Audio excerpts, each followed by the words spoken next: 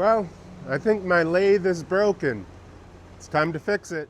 In today's video, we're going to fix and repair our spring pole lathe or our travel lathe. I built this years ago. This is based on plans by Roy Underhill, and it works really well. You have a pedal that you depress.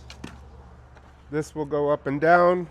There is, or was, another piece that went across here, and that's actually what would go up and down, as opposed to a spring pole lathe that has a pole coming over the top of you. This could all be self-contained and go with you. It all breaks down. There's pegs holding it together. The problems with it right now are, you saw that spring pole that is broken. Also, being that I don't have a workshop, this has been sitting outside for probably 10 years and the feet have rotted off. So we're going to make some new feet for this, and also make maybe a handle that can go on to this to be able to tighten down. And it looks like the head here has separated a little bit, so we'll try and take care of that and get this back to working so we can use it on more projects here at Resist the Grind. So the first thing that we have to do is to take it all apart, and there are wedges holding everything in place. So we got to remove all of those wedges.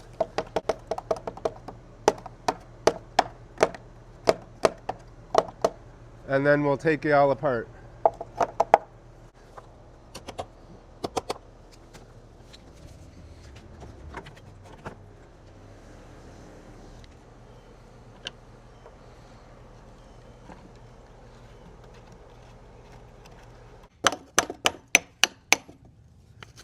So one of the things, this is the rest, and you can see that it has been made. This wasn't in the original plans, but we did add a piece of steel on the back of it, just so that it would add a little bit more structure when you're resting your tools on there.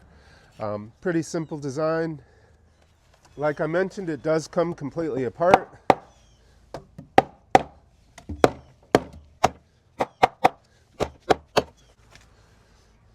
We're going to see how much of this actually stays together, because it is pretty old. Now, I am thinking, as part of this channel, that one of the things I'd like to do is to build a permanent lathe setup that I can have as opposed to this temporary one.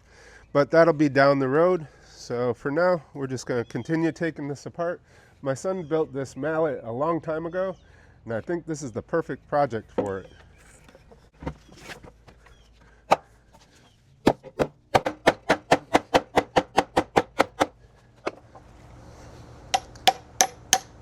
I lost some of the volume for the middle part of this video.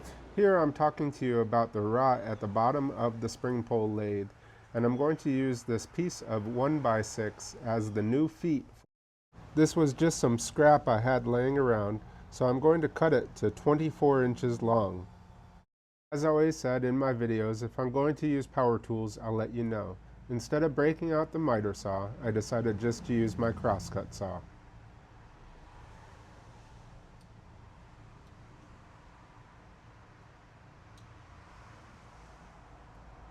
The next thing I did was remove the rot from the bottom of the upright pieces.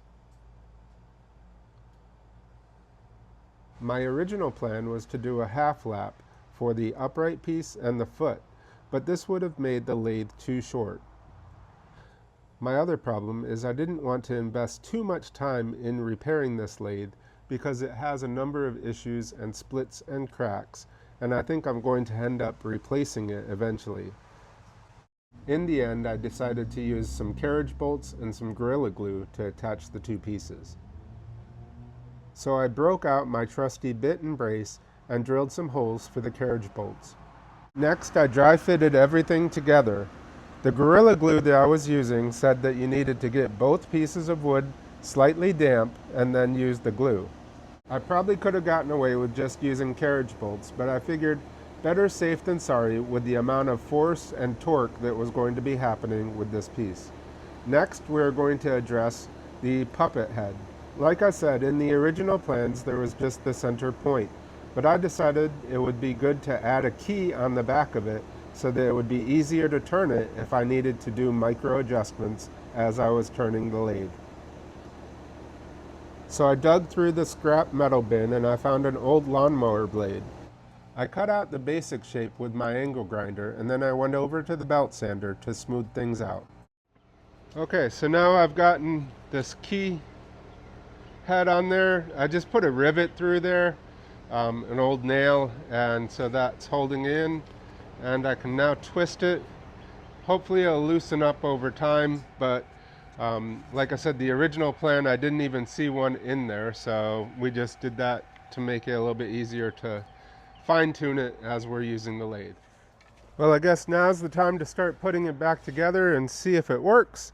Probably should have labeled all the pieces, but they should fit fine no matter what. We'll just make it all work. So we're going to start with this piece, and so we can figure out where this one, I know that this one will be the bottom because it's got two shoulders, and I'm pretty sure the tops only have one shoulder. So deductive reasoning, I guess, huh? And then we only have to figure out which one goes on which side. So okay, so I think I've got it figured out, because I think that the shoulders went on the outside based on the piece that I have there. So this shoulder, this one goes in this, and this one should go in this one.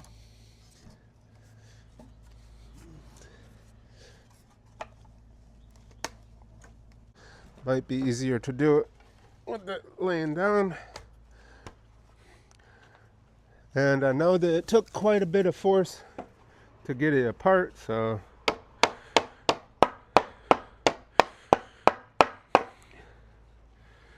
we're just gonna put a piece of wood under here, and pretty sure this goes in the bottom hole.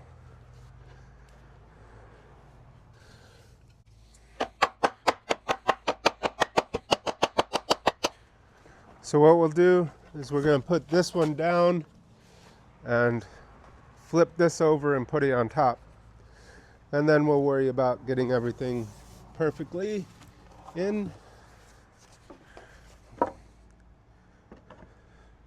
The trick with this is getting all four of these in at the same time, because each one can hold it out a little bit.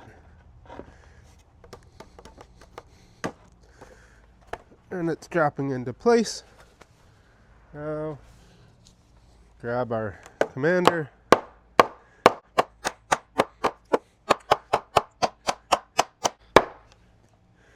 We're going to bring it up.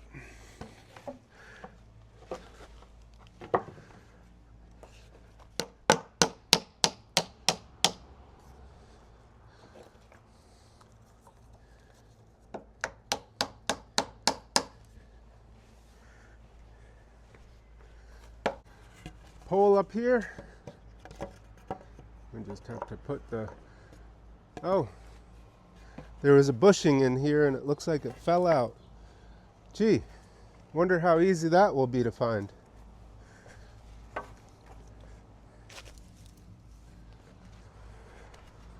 Actually, much easier than I thought.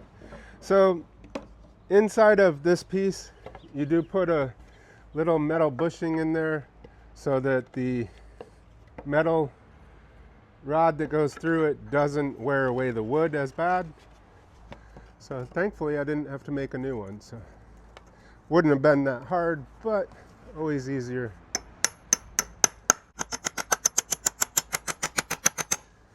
So you can see that goes up and down. Now, if you remember, I was saying that I had to drill a small hole. I decided just to use a small nail that will go through that. So we slide this through to the other side.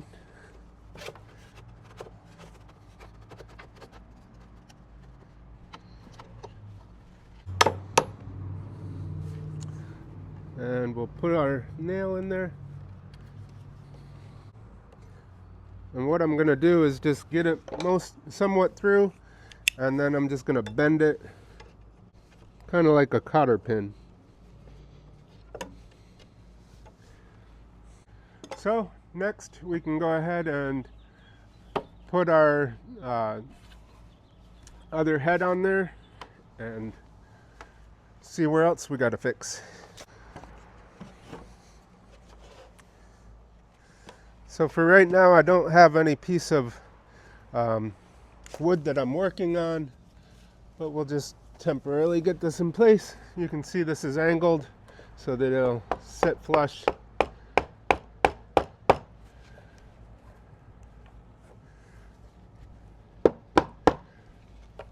Okay, and next we are going to have some rain. Yay! I have to get a piece of wire to go between the two, and then a piece of rope, and we're good to go. So to attach this to the pole down here, what I'm going to use is baling wire, and I have a thing for tightening it. I had this around. Fortunately, I didn't have to go buy something, so we'll go ahead and get us a good amount of baling wire for that. I think in the past I used to drill a hole through this, but I think we'll just notch it for now and figure out exactly where we want it.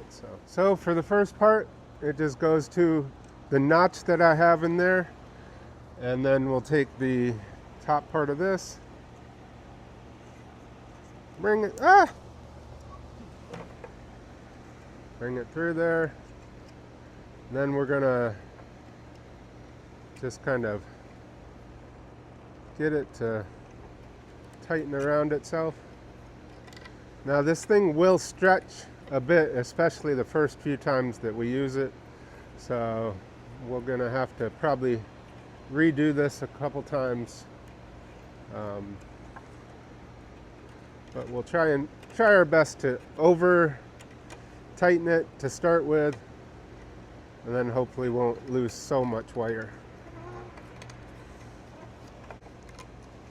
Okay, now we need a piece to go from there to there.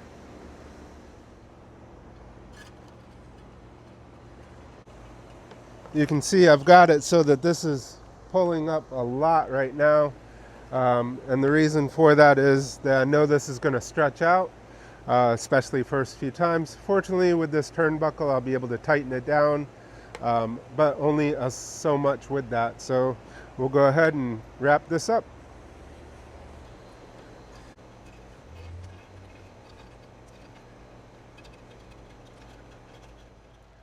Well, we got it all back together. I just grabbed a piece of modern wood that's kiln dried, doesn't turn for anything, but at least it shows you how this works. I depressed the pedal, and I will have to get a new rope for this, but you can see it spins.